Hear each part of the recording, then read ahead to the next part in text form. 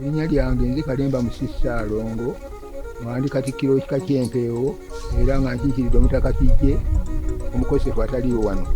Ntuuse obubaka buno eri bazzukulu baffe bonna. Ekika kyaffe kibaddewo okumala ebbanga ddene, naye ng'obuzibu bwe tusanze tetukolagana bulungi, tetukwatagana olwa bajjajjaffe abajja basoowagana emabega eyo. Netuwa obudde obukyamu ffe abaliwo kati abaagala okutereeza ekika kino. Bagamba ensibuko yaffe ntwasibuka bubiro, bwe twasibuka Masaaba kikyamu. Masaaba twaddukira buddukirizi so si kugira ki Buganda gye tusibuka. Tulina ebintu ebikulu mu kika kyaffe. Tulina ejjinja ekkungu, tulina ejjinja kizira ebibiro, tulina ebintu ebikulu bingi. Ate nga ne mu kika tulina emirimu gya Kabaka mingi. Ffe tuvaamu Kibaale alamula Kabaka lw'aba atambula w'alaga.